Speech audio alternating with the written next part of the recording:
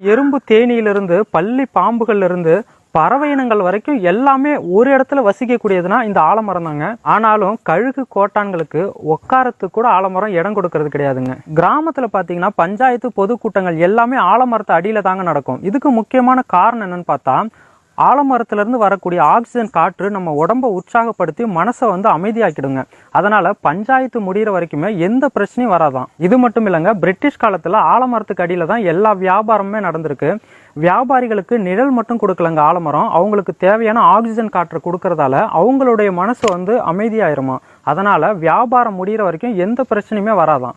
அந்த காலத்துல பாடசாலையில சரியா படிக்காத குழந்தைங்களை ஆலமரத்துக்கு அடியில உட்கார வச்சுதான் படிக்க வைப்பாங்களாம்.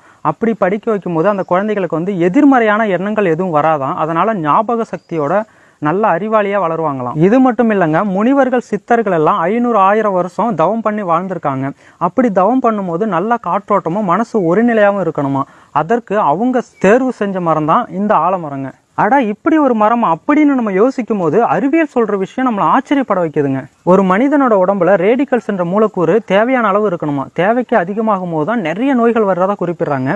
இந்த ரேடிக்கல்ஸ் மூலக்கூறை கட்டுப்படுத்தக்கூடிய ஆன்டி ஆக்சிடென்ட் இந்த ஆலமரத்தோட சாறுல இருக்கிறதா குறிப்பிடுறாங்க. அடுத்தது கருமேகங்களை சுண்டி இழுக்கக்கூடிய மரங்கள்ல முதல் இடத்துல இருக்கிறது ஆலமரம் தாங்க.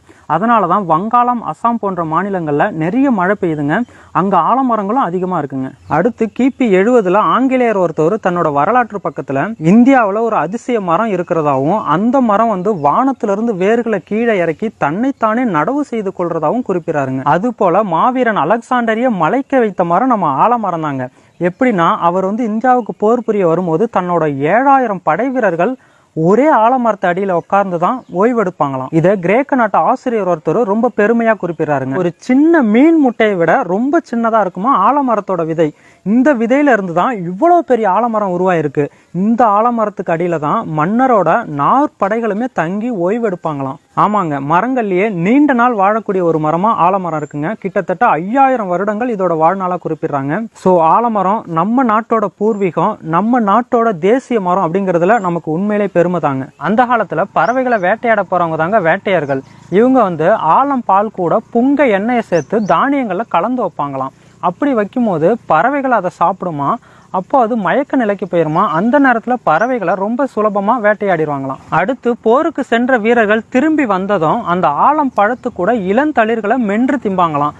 அப்படி சாப்பிடும் போது ஒரு விதமான போதையை ஏற்படுத்துமா, உடம்போட வலியும் குறைஞ்சிருமா. அதுக்கப்புறம் ரொம்ப சிறப்பா தூங்குவாங்களாம். பொதுவா ஒரு மரக்கட்டைகளை தண்ணியில ஊற போடும் போது அது அழுகி கொஞ்ச நாளுக்கு அப்புறம் இறந்து போயிடுங்க, எடையும் குறைஞ்சு போயிடும். ஆனா ஆலமரம் பாத்தீங்கன்னா அதுக்கு ஆப்போசிட்டா நடக்கும். எப்படின்னு பாத்தீங்கன்னா, இந்த ஆலமரக்கட்டைகளை நம்ம தண்ணியில ஊற போடும் போது நாளுக்கு நாள் அதோட எடை அதிகமாயிட்டே இருக்குங்க. இதுவுமே ஒரு நாள் அழுகி அந்த கட்டைகள் இறந்து போனாலுமே 100-200 வருடங்களுக்கு அப்புறம் மீண்டும் அந்த கட்டைகள் முளைக்குமா. அவ்வளவு பெரிய சக்தி கொண்டதான் ஆலமரம். இதனாலேயே கிணறு போன்ற தண்ணீர் உள்ள இடத்துல இந்த மரக்கட்டைகளை பயன்படுத்தியிருக்காங்க. அது போல கேம்ப் போறவங்களுமே டென்ட் போடுறதுக்காக இந்த ஆலமர விழுது கட்டைகளை தான் பயன்படுத்துறாங்க. அடுத்து ஒரு கிராமத்துல ஆடோ மாடோ குட்டி போட்டுடுச்சுன்னா கடைசியில இளங்குடி அப்படின்னு ஒண்ணு போடுங்க. இதை நஞ்சு கொடின்னு கூட சொல்லுவாங்க. இதை கண்ட இடத்துல கிராமத்துல தூக்கி போடவே மாட்டாங்க. ஏன்னா இதுல அதிகப்படியான விஷ நச்சுக்கள் இருக்குங்க. இது மனிதர்கள் இருந்து விலங்குகள் வரைக்கும் பாதிக்கும். இதை நீங்க மண்ணுல புதைச்சிட்டா கூட மண்ணு கெட்டு போயிருங்க. சோ இந்த நஞ்சு கொடியை தான் ஆலமரத்துல ஒரு வைக்கோல் சுத்தி கட்டி விட்டுருவாங்க. இப்படி ஆலமரத்துல கட்டும் போது குறைந்த நேரத்திலேயே அந்த விஷ நச்சுக்கள் எல்லாம் அழிஞ்சிருங்க. துர்நாற்றமும் சுத்தமா வீசாதுங்க. இது தமிழனோட எவ்வளவு பெரிய கண்டுபிடிப்பு பாருங்க. இதுல இன்னொரு விஷயமும் இருக்குங்க. ஒரு கிராமத்துக்கு வியாபாரிகள் ஆடு மாடுகள் வாங்க வரும்போது முதல்ல ஆலமரத்தை தான் பார்ப்பாங்களாம். ஆலமரத்துல எத்தனை நஞ்சு கொடிகள் கட்டியிருக்காங்க அப்படிங்கறத பார்த்துட்டு அங்க எத்தனை ஆடுகள் இருக்கும் அப்படிங்கறத கூட அவங்க கணக்கிட்டு இருக்காங்க பாருங்க. அடுத்து நம் முன்னோர்கள் நிறைய இடங்கள்ல சுமை தாங்கி கல்லுன்னு ஒண்ணு வச்சிருப்பாங்க.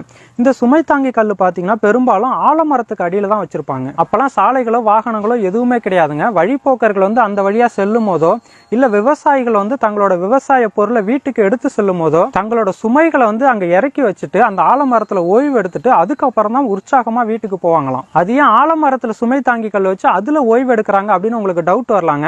ஆமா, ஆலமரத்துல இருக்கக்கூடிய ஆக்சிஜன் காற்று அவங்களை உற்சாகப்படுத்தி அடுத்து அவங்க ரொம்ப தூரம் போறதுக்கான அந்த களைப்பு இல்லாம செஞ்சிருமா. இவங்க சுமந்து வர அந்த பொருட்கள்ல ஏதாவது விஷத்தன்மை இருந்தாலும் அந்த ஆலமரம் அதை அழிச்சிருமா. எவ்வளவு பெரிய விஷயம் பாருங்க. இதுல இன்னொரு விஷயமும் இருக்குங்க. இந்த சுமை தாங்கி கல்லை ஏன் கருங்கல்ல கட்டியிருந்தாங்க?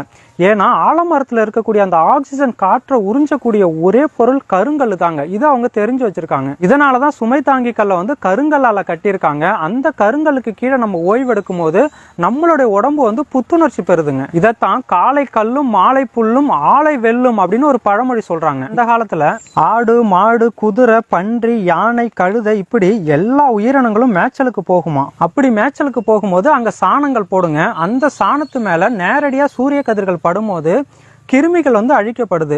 அந்த கிருமிகள் அழிக்கப்படும் போது அங்க அதிகப்படியான நச்சுக்கள் வெளியாகுமா. அந்த நச்சுக்களை சுத்தப்படுத்தக்கூடிய ஒரு திறமை ஆலமரத்துக்கு தான் இருக்கிறதா குறிப்பிடுறாங்க. இவ்வளவு சிறப்புகள் இருக்கிறதால தான் என்னவோ இந்தியாவிலிருந்து ஆலமரத்தை எடுத்துட்டு போயிட்டு அமெரிக்கா, ஸ்பெயின் போன்ற பெரிய நாடுகள்ல இதை அதிக அளவுல வளர்த்துட்டு வராங்க. மரத்துக்கெல்லாம் தலைவனா இருக்கிற இந்த ஆலமரம் மருத்துவத்திலையும் எந்த குறையும் வைக்கலங்க. அதாவது லாக்டோபேசிலஸ், ஸ்ட்ரெப்டோகாக்கஸ் போன்ற பாக்டீரியாக்கள் தாங்க பற்சிதவை ஏற்படுத்துது. இதனாலதான் ஆலமரத்து விழுதுல பல்லு விளக்கும் போது அந்த விழுதுல இருக்கக்கூடிய துவர்ப்பு தன்மை வந்து பற்களில் உள்ள அந்த பாக்டீரியாக்களை அழிச்சிருமா, பற்களில் உள்ள ஈறுகளையும் வலிமைப்படுத்துமா. இதனாலதான் ஆளும் வேலும் பல்லு குருதி அப்படின்னு ஒரு பழமொழி கூட சொல்லியிருக்காங்க. அடுத்து வயாகரா மாத்திரையில் உள்ள மூலக்கூறுகள் ஆலம் பாலுல இருக்குன்னு இன்னைக்கு விஞ்ஞானம் சொன்னாலும் 1000 வருஷத்துக்கு முன்னாடி அகத்தியர் சொல்லியிருக்கிறது குறிப்பிடத்தக்கதுங்க. இன்னைக்கும் நிறைய காரியங்கள்ல தீயாகம் வளர்ப்பாங்க. அந்த தீயாகத்துல ஆலங்குச்சி, அரசங்குச்சை தான் பயன்படுத்துவாங்க.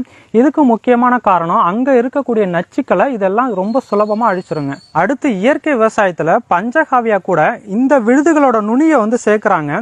இந்த நுனிகளை சேர்க்கும் போது மகசூல் வந்து ரொம்ப அதிகமாகுமா. ஏன்னா இந்த விழுதுகளோட நுனியில அசோடோஃபாக்டர் அப்படின்னு சொல்லக்கூடிய ஒரு நுண்ணுயிர் இருக்குங்க. ஆனாலும் இந்த ஆலமரத்துக்கு கீழே எந்த ஒரு செடியும் முளைக்காது. அப்படியே முளைச்சாலும் அது பூக்காது, காய்க்காதுங்கிறது குறிப்பிடத்தக்கதுங்க. இப்பதாங்க தெரியுது என் கல்யாணத்தன்னைக்கு ஆள் போல் தழைத்து அருகு போல் வேரோடி மூங்கில் போல் சுற்ற முறியாமல் வாழ்வீர்னு ஏன் வாழ்த்துனாங்கன்னு.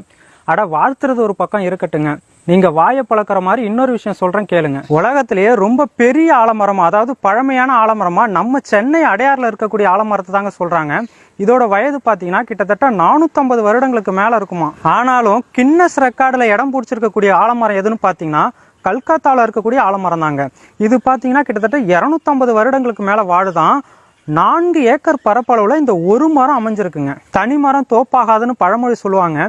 இந்த ஒரு ஆலமரம் ஒரு காட்டையே உருவாக்கி வச்சிருக்கிறதாங்க பெரிய சாதனை. ஒரு விஷயம் வேண்டி கேட்டுக்கிறேங்க, ரோட டெவலப் பண்றனும் இந்த சாமிகளை அழிச்சிடாதீங்க.